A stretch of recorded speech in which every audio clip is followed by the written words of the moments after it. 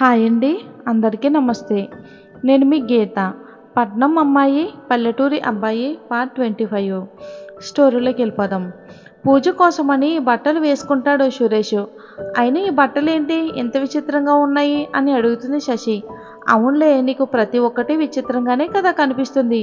మా ఊరిలో ఏదైనా పూజ చేయాలి అన్నా, శుభకార్యం చేయాలి అన్నా ముందు పసుపు బట్టలతో పూజను ప్రారంభిస్తారు. పసుపు శుభసూచకగా భావిస్తాము. మేము మా పద్ధతిలో ఆచారాలు ఇలాగే ఉంటాయి. ఇలా ఇంకేమైనా డీటెయిల్గా చెప్పమంటావా అని అంటాడు సురేష్. దేవుడా, ఇప్పుడు నాకు డీటెయిల్గా చెప్పాడా? అసలు ఏం అర్థం కాకుండానే కదా చెప్పాడు. మళ్ళీ ఇంకా అర్థమయ్యేలా చెప్పాలా అంటే నాకేమీ అర్థం కాదు, చాలు అని అంటుంది. పద, అమ్మ వాళ్ళు కింద వెయిట్ చేస్తున్నారు అని శశిని తీసుకుని కిందకి వస్తాడు సురేష్. అక్కడి నుంచి అందరూ కలిసి టెంపుల్కు బయలుదేరతారు. వాళ్ళ కోసం పూజారి గారు అన్ని ఏర్పాట్లు చేస్తారు. పూజ కోసం కూర్చున్న నవదంపతుల చేత పూజ జరిపిస్తారు. అలా ఏదో మొక్కుబడిగా కూర్చున్నట్లు కూర్చుంది శశి. ఎందుకంటే పొద్దుటి నుంచి కూర్చుని పూజ చేస్తుంది. 6 గంటలు గడిచిపోతుంది. పాపం మార్నింగ్ నుండి కూడా ఏమీ తినలేదు కాబట్టి కళ్ళు తిరుగుతున్నట్లు అనిపిస్తుంది శశికి. తనకు అసలే డైట్ ఫాలో అవుతూ ఉంటుంది. అందువల్ల చాలా లిమిట్గా తీసుకుంటుంది శశి ఫుడ్. ఇక తన కడుపులో ఏముంటుంది, అంత బెల్లం కూడా ఉండదు కదా, అందుకే తను చాలా నీరసపడిపోతుంది. తనను చూస్తే చాలా జాలిగా అనిపిస్తుంది సురేష్కి. ఇంకెంతసేపు పూజారి గారు అని అంటాడు సురేష్. అయిపోయింది బాబు. ఇద్దరూ కలిసి అమ్మవారికి 108 బిందెల నీళ్లతో అభిషేకం చేసిన తర్వాత మీ పూజ సంపూర్ణమవుతుందని చెప్పారు పంతులు గారు. ఏం మాట్లాడుతున్నారో మీకైనా అర్థమవుతుందా? 108 బిందెలతో అభిషేకం ఎలా చేస్తుంది అని అడుగుతాడు సురేష్. అది మీ ఇష్టం, చెయ్యాలనుకుంటే చెయ్యండి, లేదంటే లేదు. మీ నానమ్మ ప్రాణాలు మీ చేతుల్లో ఉన్నాయని చెప్తాడు ఆయన. ఆ మాట విన్న తర్వాత ఏమీ మాట్లాడకుండా పూజారి వైపు అలాగే చూస్తూ ఉంటుంది శశి. 108 బిందెలా? నేను బ్రతుకుతాననుకుంటున్నారా? లేదు లేదు, పక్కా నన్ను వీళ్ళు చంపేయడానికి ఏదో ప్లాన్ చేశారు అని అనుకుంటుంది శశి. ఇక చేసేదేమీ లేక కోనేటి దగ్గరికి వెళ్తుంది. సురేష్ నీలబిందె నింపి తన చేతికి ఇస్తాడు. తను తీసుకువెళ్ళి అమ్మవారికి అభిషేకం చేస్తుంది. అలా మహా అయితే 50 సార్లు తిరిగేసరికి తన ప్రాణం పోయినంత పని అవుతుంది. నా వల్ల కాదు సురేష్ గారు అంటూ నీరసంగా పడిపోతుంది. అక్కడే కూర్చుండిపోతుంది.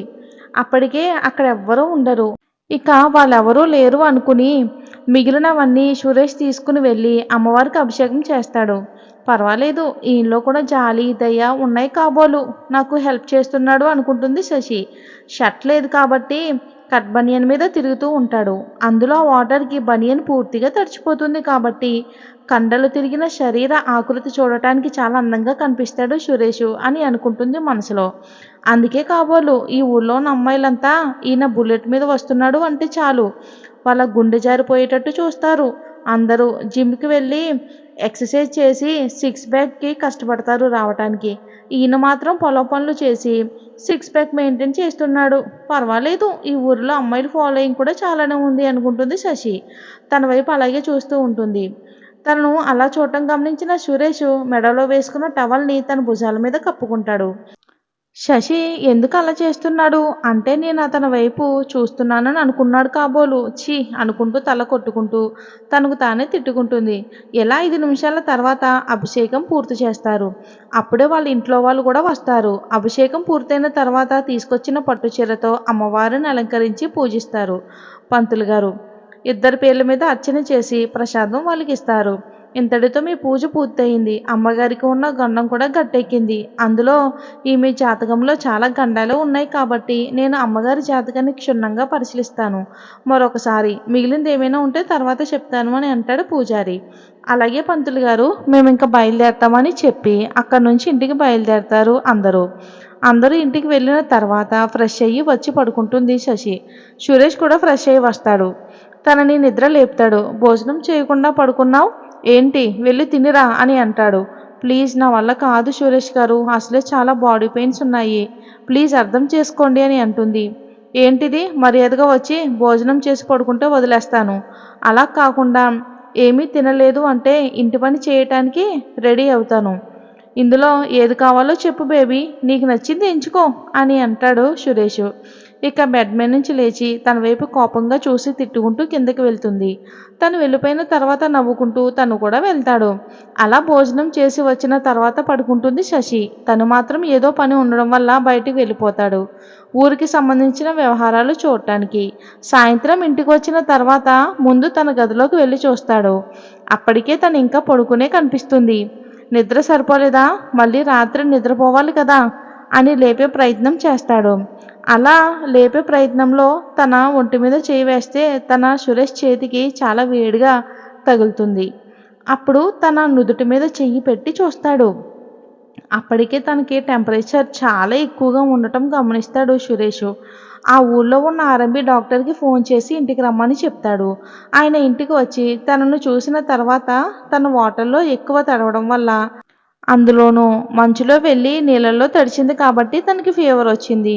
అందుకోసమే ఈ ట్యాబ్లెట్ వాడండి, అలాగే ఆ అమ్మాయికి ఇంజెక్షన్ చేస్తానని చెప్పి ఇంజెక్షన్ కూడా చేసి ట్యాబ్లెట్లు ఇచ్చి వెళ్ళిపోతాడు డాక్టర్.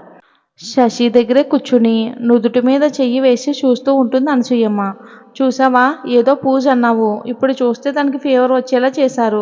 ఇప్పుడు వాళ్ళ అమ్మ నాన్నలకి తనకి హెల్త్ కండిషన్ బాగోలేదని తెలిస్తే ఏమనుకుంటారు వాళ్ళు చెప్పండి అని అరుస్తాడు సురేష్. ఇది మరీ బాగుంది. పూజ చేస్తానని ఒప్పుకుంటే నువ్వు నీ భార్యను తీసుకెళ్ళిందే నువ్వు, మళ్ళీ మధ్యలో మమ్మల్ని ఎలా లాగుతావు? అంతేగా, ప్రేమించినప్పుడు తనని జాగ్రత్తగా చూసుకోవాలి అని అంటుంది అనసూయమ్మ. ప్రేమ లేదు, దోమ లేదు, ఒక మానవత్వం మాత్రమే ఉంది కాబట్టి అడుగుతున్నాను. మీరే ఏదో ఒకటి ఊహించేసుకోకండి అని చెప్పి అక్కడి నుంచి వెళ్ళిపోతాడు సురేష్. అంటే తన మీద నీకు అంత ప్రేమ ఉందా? అందుకే కదా మా మీద ఇంతలా అరుస్తున్నావని అంటుంది. మీరు దీన్ని ప్రేమ అనుకుంటే నా తప్పేమీ లేదు. తన మీద నాకు ఉన్నది ప్రేమ కాదు, మానవత్వంతో తనని చూస్తున్నా కాబట్టి నాకు జాలి కలిగిందని చెప్పాడు సురేష్. మీకు ఇష్టం వచ్చినట్లు మీరు ఎంచుకోండి అని చెప్పి కోపంగా బయటికి వెళ్ళిపోతాడు సురేష్. ఇది ఫ్రెండ్స్ స్టోరీ. నెక్స్ట్ భాగంలో ఏం జరుగుతుందో మళ్ళీ చూద్దాం. ఈ స్టోరీ మీకు నచ్చినట్లయితే ఒక లైక్ చేసి మన ఛానల్ని సబ్స్క్రైబ్ చేసుకోండి. డైలీ మన స్టోరీస్ని ఫాలో అవ్వండి.